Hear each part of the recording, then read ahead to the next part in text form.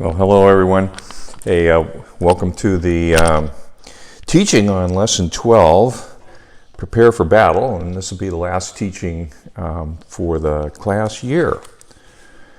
So a friend was in front of me coming out of church one day, and the preacher was standing at the door, as he always does, shaking hands. Well, he grabbed my friend by the hand and pulled him aside, and he says, "You need to join the army of the Lord." Well, my friend replied, I'm already in the army of the Lord, Pastor. Well, how come I don't see you except on Christmas and Easter? He whispered back, I'm in the Secret Service. Okay, I thought that was sort of appropriate here, given the fact that we're talking about preparing for battle, and maybe we're in the army now. Hey, well, before I get started, I just wanted to remind you of two things. One is to encourage you to register now. Just go to the class website, click that Register Now button. And a reminder that next week, on May 2nd, we'll be having our annual in-person sharing day. And that'll be at First Presbyterian Church in Concord. It's where the classes typically met in years past, and it'll be from about 5:30 to 7 p.m. And we'll be serving soup there. So hope to see you there. Well, here's the outline that I'll be using for today's teaching. Ephesians chapter 6, verses 10 to 12, the enemy, verses 13 to 17. Our equipment, and verses 18 to 24 being prayer prepared. Okay, so there's an old saying that being forewarned is being forearmed. Verses 10 to 12 are Paul's forewarning of what we are up against. He says to stand firm in the Lord and put on the full armor of God, because the devil is scheming against us and we cannot stand up to him by ourselves. Willpower just won't do it. Paul is saying that only the Lord's mighty power is sufficient to win spiritual battles against the demonic enemy. And when we put on this armor, we're able to stand up against everything the devil might throw at us. Max Anders, in his commentary, says the reason the spiritual armor is needed is that our struggle is, what Paul says, is not against flesh and blood. The picture of warfare here implies that we do not face an enemy, a physical enemy, that is. We face an invisible spiritual foe, and therefore our weapons must also be spiritual. We face a spiritual army of rulers, authorities, powers of this dark world, and against the spiritual forces of evil in the heavenly realm. Well, it all kind of suggests there's a hierarchy of evil-spirited beings who do the bidding of their leader, Satan, in opposing the will of God on earth. Well, that sounds a little bit like science fiction, doesn't it? And that's what these spiritual forces want us to think. The intelligence corps in the armed forces plays a vital part in waging war, because it enables the officers to know and understand the enemy. Unless we know who the enemy is, or where he is, or what he can do, any army will have a difficult time defeating him. Not only in Ephesians 6, but throughout the entire Bible, God instructs us about the enemy. So there's, no reason for us to get caught off guard, right? I really like the Think About It paragraph in our lesson commentary on page 153. It talks about the spiritual battles we all face. We're waged on many fronts, and the reality of evil in our world. So please be sure to read that or listen to the recording of the commentary online. One of the battles Christian believers may face from time to time is an attack on the most foundational belief that we have, that God exists. Now, popular comedian Ricky Gervais, the guy there on the left, once wrote an article featured in the Wall Street Journal titled, "Why Am I an Atheist?" And he says he's asked all the time why he doesn't believe in God. "Well, I always try to give a sensitive, reasoned answer," he said, "but I always seem to come across as patronizing and impolite. I don't believe in God because there's absolutely no scientific evidence to his existence, and from what I've heard, the very definition is a logical impossibility in the known universe. Science speaks truth and it does not discriminate. It knows what it knows and knows what it doesn't know." And then he describes how he challenges religious people. Since the beginning of recorded history, some 6,000 years ago, historians have cataloged 2,870 gods that could be classified as deities. So the next time someone tells me they believe in God, I ask them which one? Zeus, Hades, Jupiter, Odin? Well, if they say just God, I believe in the one true God, then I'll point out that they're almost as atheistic as I am. I don't believe in 2,870 gods, and you don't believe in 2,869. Whew, doesn't that kind of get under your skin just a little bit? Boy, it does mine. Well, today, 10% of Americans say they do not believe in any kind of higher power or spiritual force. And while this is a minority, it's often a very vocal one. Some of our most brilliant minds have rejected the idea that God exists. Take Stephen Hawking, PhD in physics, who said, "There is no God, no one directs the universe, and for centuries it was believed that disabled people like me were living under a curse that was inflicted by God. I prefer to think that everything can be explained another way, by the laws of nature." Now, naturalism is the basic idea that the universe is all it is, or ever was, or ever will be. As astronomer Carl Sagan, PhD in astronomy and astrophysics, famously said in his Cosmos series. Well, okay, a little bit of this topic came home to roost around the dinner table last week. At one point, my son, PhD in physics, was explaining the latest discoveries about the universe and how the James Webb Telescope had focused on a tiny quadrant in the sky and found evidence that the universe is all connected by giant structures of spiral bands of galaxies.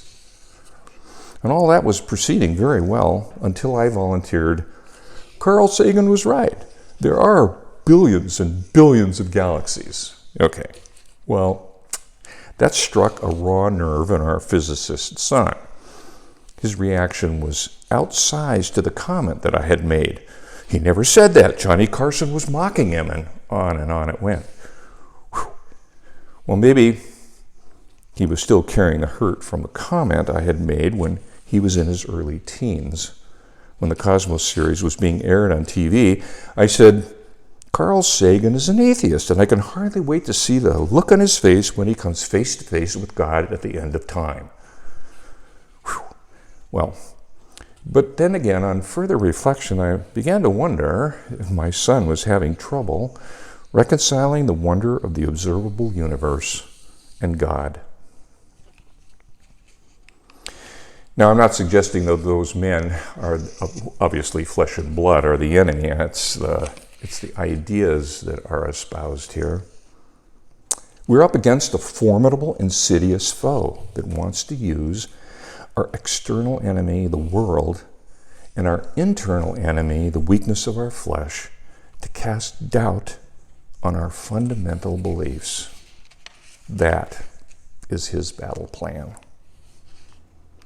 But God gives us all the tools we need to fight those spiritual battles that we all face, just like the one I mentioned here. So Paul says, put on the armor of God. And with all of that military intelligence at hand and forewarned about the enemy, Shall we put on the pieces of armor a believer needs to withstand these enemy attacks? I thought you'd say yes. So let's take a look. Here's our equipment. Now, Warren Wiersbe says in his commentary that since we're fighting against enemies in the spirit world, we need special equipment, both for offense and defense. God has provided the whole armor for us, and we don't want to forget any part of it. Now, Satan looks for the weakest link, the unguarded area where he can get a toehold. Paul says his readers are put on Paul told his readers to put on the armor and take the weapons and withstand Satan, all of which is done by faith. Now, we students of the Bible know that Jesus has already conquered Satan and that the spiritual armor and weapons are available to us. So by faith, we accept what God gives us and go out and meet the foe. The day is evil, Paul says, and the enemy is evil. He wrote this to the believers in Rome. However, if God is for us, who could be against us? Now, this is a chart that lists the pieces of armor Paul refers to in section 2. And by now you've studied these and discussed them in your core group and hopefully read the explanations for each in the commentary. Now, the one I'd like to focus on here is the belt of truth. Now, the Jews who had believed him, Jesus said, "If you hold to my teaching, you are really my disciples, and then you will know the truth, and the truth will set you free. Free from the power of the devil and evil forces working to do us harm." Now, Wiersbe in his commentary says that the belt held the other parts of the armor together, and the truth is the integrating force in the life of the victorious Christian. A man of integrity with a clear conscience can face the enemy without fear. But once a lie gets into the life of a believer, everything begins to fall apart. Remember from our study of Samuel, for over a year, King David lied about his sin with Bathsheba, and the truth was not in him. Believing because he was king, he could get away with adultery and murder. He had lost his perspective on what was right and what was wrong. And after that, nothing went right. And Psalm 32 and 51 tell us of the price that he paid. Well, to better illustrate the point of perspective, Wayne Rice, in his illustrations of Youth Talks, tells of a letter that Mr. and Mrs. Jones received from their daughter, Julie, a college freshman. It went like this: "Dear Mom and Dad, I just thought I'd drop you a note to let you know what's going on with me. I've fallen in love with a guy named Blaze. He's really a neat guy, but he quit high school a few years ago to get married, and that didn't work out, so he got divorced last year. I've been going out with him for several weeks, and we're thinking about getting married in the fall, and until then I've decided to move into his apartment. I think I might be pregnant, and oh yeah, I dropped out of school last week so that I could get a job to help support Blaze. I'm hoping I'll be able to finish college after we get married. Mom and Dad, I just want you to know that everything I've written so far in this letter is a lie. None of it is true. But, Mom and Dad, it is true that I got a C in French and a D in math, and it's also true that I need some money, so could you send me $100? Thanks a bunch. Love, Julie." Well, needless to say, she got a check in the mail from her parents 2 days later. Julie played it smart. She knew she could make bad news seem like good news if it were seen from a particular perspective. It raises the question, where do we get our perspective on life each day? From the Word of God, or Facebook, or movies, or brilliant scientists? Personally, I believe we need to stay close to God and believers that make up the church. or our perspective on life will become distorted, changed by the ideas and values of this world. When we stray away from the truth, we end up with a badly distorted view of reality. We aren't able to make good decisions or to know the difference between what is right and wrong, true and false.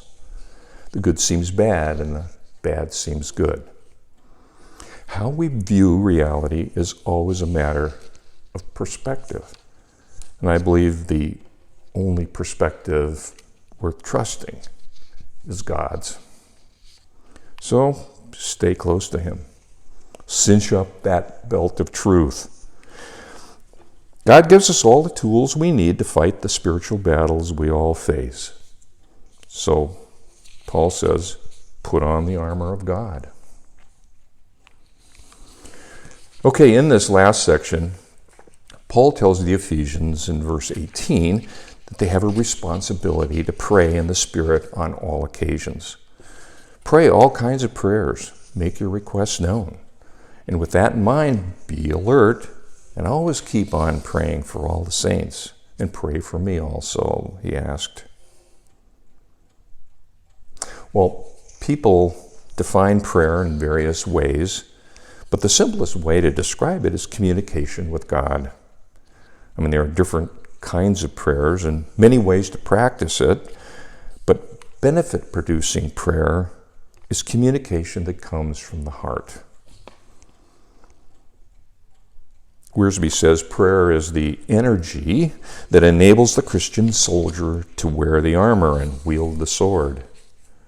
We just cannot fight the spiritual battle with our own strength, no matter how strong or talented or brilliant we think we may be. I think a great illustration of this comes from the Old Testament. When the Amalekites attacked Israel, just as Moses was leading the Israelites towards the Promised Land, he went to the mountaintop to pray, while Joshua used the sword down in the valley.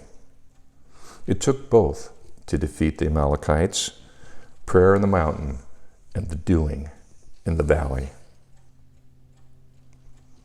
Now, some years ago, a young man looking for work approached a foreman of a logging crew and asked him for a job.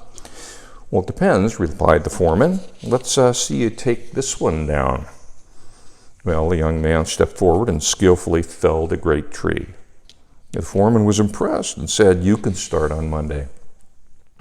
Well, Monday, Tuesday, Wednesday rolled by, and Thursday afternoon, the foreman approached the young man and said, "You can pick up your paycheck on the way out today." Well, startled, the young man said, I thought you paid on Fridays." "Well, normally we do," answered the foreman, "but we're letting you go today because you've fallen behind. Our daily charts show that you dropped from first place on Monday to last place on Wednesday." "Well, but I'm a hard worker," the young man objected. I arrive first, I leave last, and I've even worked through my coffee breaks." Well, sensing the boy's integrity, the foreman thought for a moment and then asked, "Have you been sharpening your axe?" Well, the young man replied, "Well, no, sir, I've been working too hard to take the time." So how about you? Are you too busy to sharpen your axe? Prayer is that sharpening stone that gives us the edge we need. Without it, the more work we do, the duller we get. And without it, how will we be able to lift up the shield of faith and wield the sword of the Spirit? Effective soldiers in God's army are prayer prepared. Paul says God gives us all the tools we need to fight the spiritual battles we all face. Will you choose to put on the armor of God and prayerfully use it to fight the spiritual battles we all face? Okay. Thank you, everyone, for your attention. Have a great summer. Be sure you go to the website and register for next year. And I hope to see you at the in-person gathering on May 2nd.